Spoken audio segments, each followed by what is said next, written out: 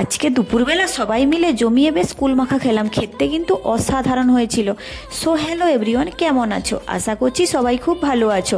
কুল মাখা কার কার খেতে ভালো লাগে অবশ্যই কিন্তু কমেন্টে তোমরা জানিও। আমার বাড়িতে যেই কুল গাছটা আছে বেশি কিন্তু টক নয়, তবে টক মিষ্টি মিক্সড আছে আর কি। খেতে কিন্তু দারুণ, পাকলে তো আরও টেস্ট ভালো হয়, কিন্তু তাতে কি, আমার তো কাঁচা থেকেই লোভ লেগে গেছে যে চাট করে খাবো, মাখা করে খাবো, সেই জন্য পাড়তে লেগে গেলাম। বোন প্রথমে পারছিল আর আমি এদিকে অন্যান্য জিনিসপত্র সরঞ্জাম সব জোগাড় করছিলাম আর কি।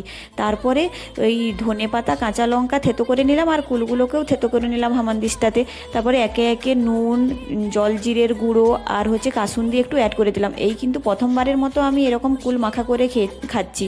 আগে যখন খেয়েছি সব এমনি বটিতে কেটে নুন মাখিয়ে খেয়েছি, কিন্তু এখন এরকম থেতো করে খেতে দেখলাম আগের থেকে আরও বেটার লাগছে।